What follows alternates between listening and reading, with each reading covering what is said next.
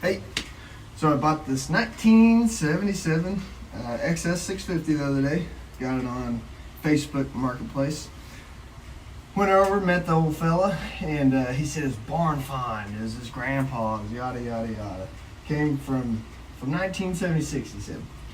Well, after further looking into it, turns out it's not a 1976, and it was also not his grandpa's because this guy was like 50. So I assume his grandpa didn't live in 1976. He could have, but maybe not.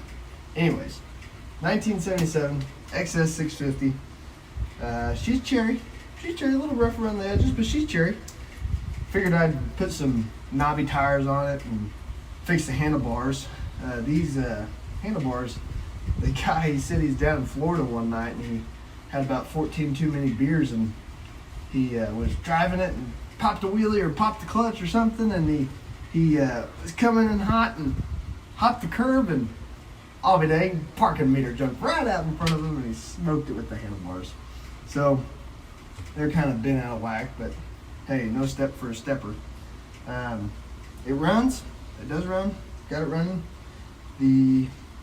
I'm not sure if there's some jetting problems or what could be the issue, but right now the CV carbs are running a little rough, so gonna be fixing that. Got some air filters ordered from TC Bros, the uni filters, so they should be good to go.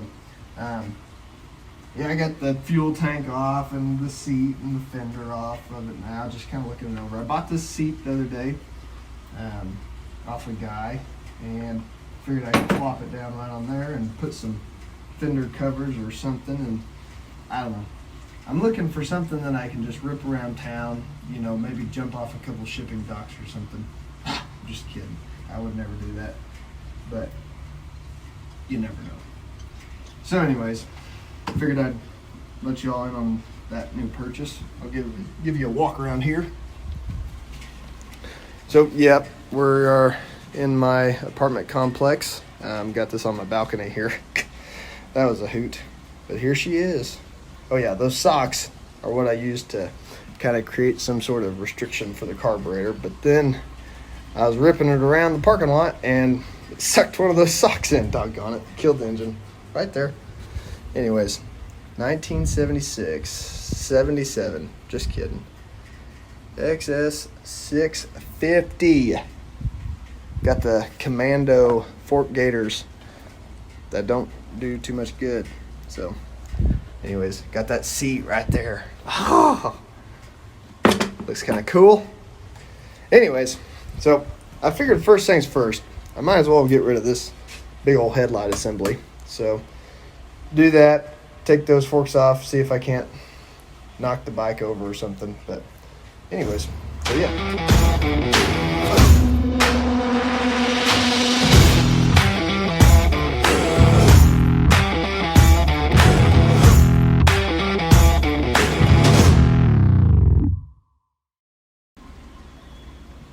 Well, so here's something that's exciting. All this. We got some wires cut here. The headlight assembly wasn't even connected. Wire nuts. What all do we got in here? Got that tape. Nice. Okay, so we got red with yellow, and brown twist tied together. That's for probably the kill switch, I would believe. Okay, blue to blue, blue and white. Okay, yep. Easy enough. Turn signals. Taking those off anyways, don't need those. Okay, we might as well cut this whole thing, really. Because this just goes to the kill switch. Okay, so those two, kill switch. That one maybe a horn. Okay. Oh, starter. So, okay. So this is really the only one we need out of all that. Okay. So, we'll just untangle those here. Get those out. Blue and white. Okay, don't know what those are for, but I'm sure with a little bit of a can-do spirit.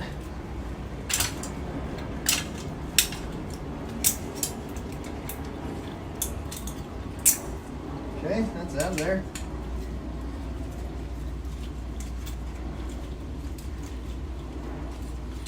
Okay, turn signals, not needed. Pull this wire loom out. That's the headlight. Okay. So headlight.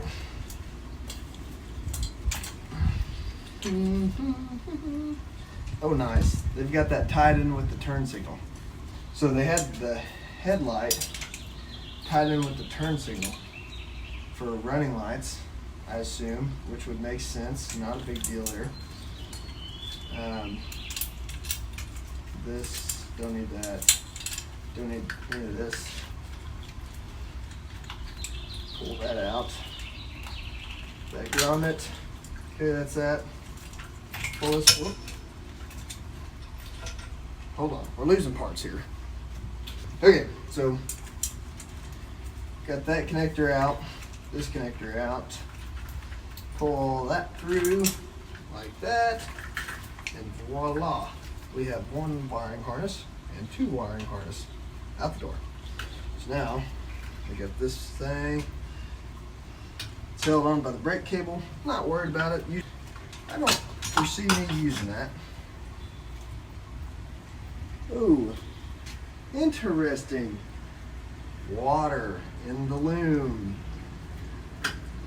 How wonderful. Okay, got that off. Cool. So now, what I'm thinking is I'd like to put this on. Okay, so the other day, ever since I bought this bike, I did not like that huge stinking headlight looking at you in the face. And it's good because obviously didn't need to be on there anyway since it wasn't connected. Outlaw logic.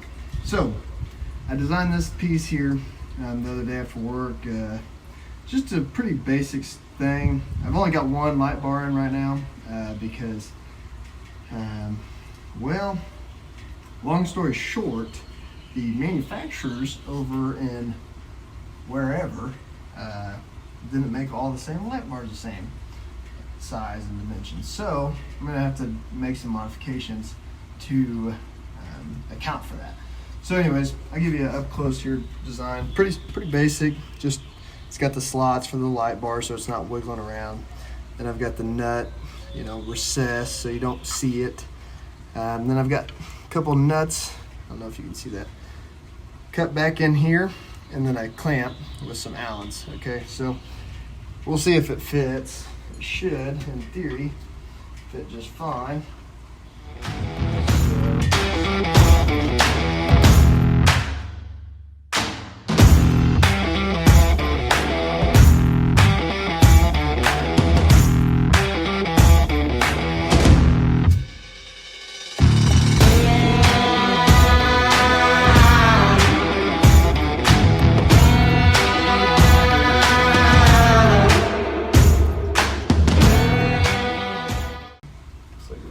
Adjust that brake on a little bit. There we go. That's down. Now these new ones are the top ones.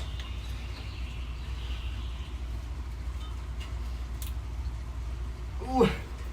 Okay, might have to make some modifications to the second batch. But oh, well, we bottomed out. We've hit the brake line elbow right there, but not too shabby. Not too shabby. Looks kind of neat. Looks kind of nifty. Looks like a real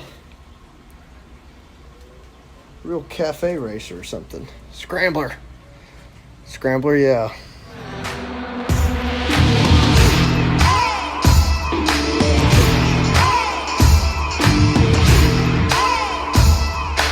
Okay, so here's what it would look like with the, you got to use your imagination here.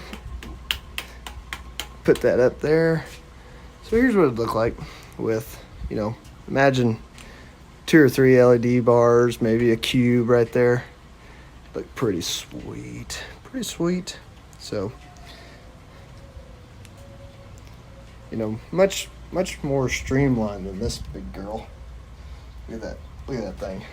So, like I said, got the clamps made, recessed, the nuts. I actually might put the nuts on the backside so the Allens are showing. That might look a little bit better, at least on this front one. But yeah, and once again, you know, this is just 3D printed. So, like I said, anyways, but you can imagine, at a later date, I'm going to do some updates to it, make some alterations to the design, and go from there. So, that's it for today. 1977 XS650. Hopefully we get that updated a little bit, put some lights in there so I can, you know, see where I'm going once I get her going. Yeah, so mainly this was more R&D time than anything else. So, you know, I know what wires I can get rid of, what wires I need to keep, what alterations I need to make to this, because essentially I'd like to make it so that, you know, if people were to buy it, it'd be very straightforward, very easy to replace that stock headlight on really any motorcycle, you know, and then put their LED lights in as they please. So anyways, we'll see you around.